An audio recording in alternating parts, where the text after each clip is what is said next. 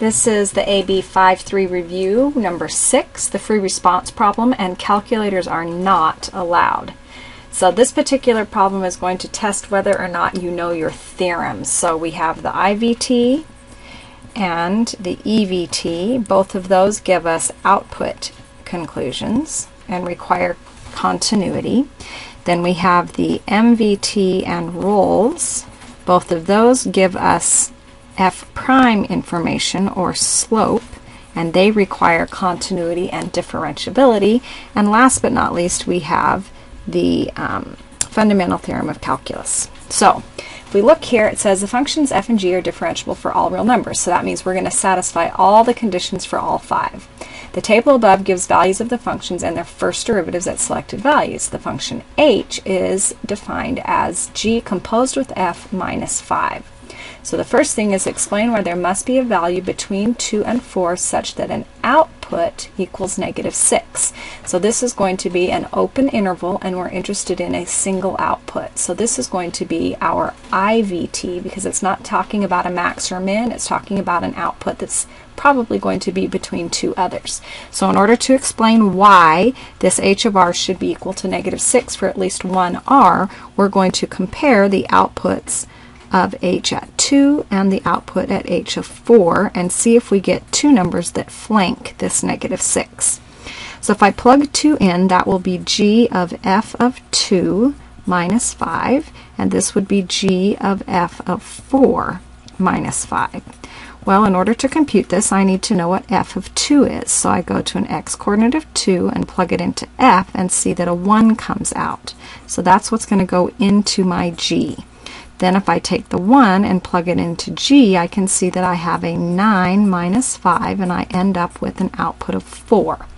Next, I check the outputs at 4. I plug 4, which is the x-coordinate, into f, which is 3, and then I plug that 3 into g. So if I track the 3 over to g, I get a -3 minus a 5, which is -8. So here we can see that this -6 is between these two numbers. Therefore, by the IVT, there exists an r in the open interval from 2 to 4 such that h of r must be -6. Next, part B says explain why there must be a value such that the derivative equals -6. So here we're talking about a derivative conclusion, so that's going to be the MVT, because remember, Rolle's theorem has a slope that is 0 as its conclusion. So MVT, its conclusion says that there has to be a tangent slope that's equal to a secant slope on the interval. So we've got the point 2 comma h of 2, and we've got the point 4 comma h of 4. Now fortunately, up above we found out that h of 2 was actually 4, and we found h of 4 was -8. So we can find the secant slope, which will be h of 4 minus h of 2 over 4 minus 2, and that will be a -8 minus minus a 4 over a 4 minus 2, which ends up giving us a -12 over 2, or a -6. Well, that has to be the tangent slope for some value of c. So we can write that by the MVT, h prime of c must equal -6 for at least one c in the open interval from 2 to 4. Okay, next we have part C. Let P be the function given by the accumulation from 1 up to g of f, and we want the value of P prime of 4. So first we've got to take the derivative of P. So to take the derivative of P, that means we're going to apply the fundamental theorem of calculus and dump the g in. And then we're going to multiply by the derivative of what we dumped in. So we're applying the chain rule. Then the question is, what is P prime of 4? So P prime of 4 will be f of g of 4 times g prime of 4. So we need to go up and see what this gives us. If I plug 4 into g, here's 4 plugged into g, I get a 1. So I have an f of g of 1. And then I'm going to multiply by g prime of 4. So I come back up and I look for 4 and I plug it into g prime, and I can see that that is negative 5. Then the last, oops, sorry, this should not be a g.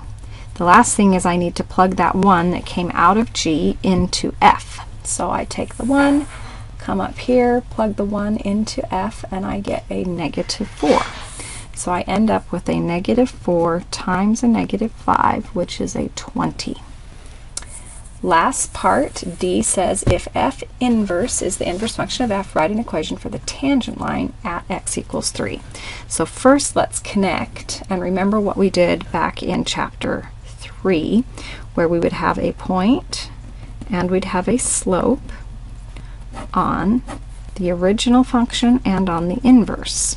So we want the original, or excuse me, we want the inverse to have an x-coordinate of 3.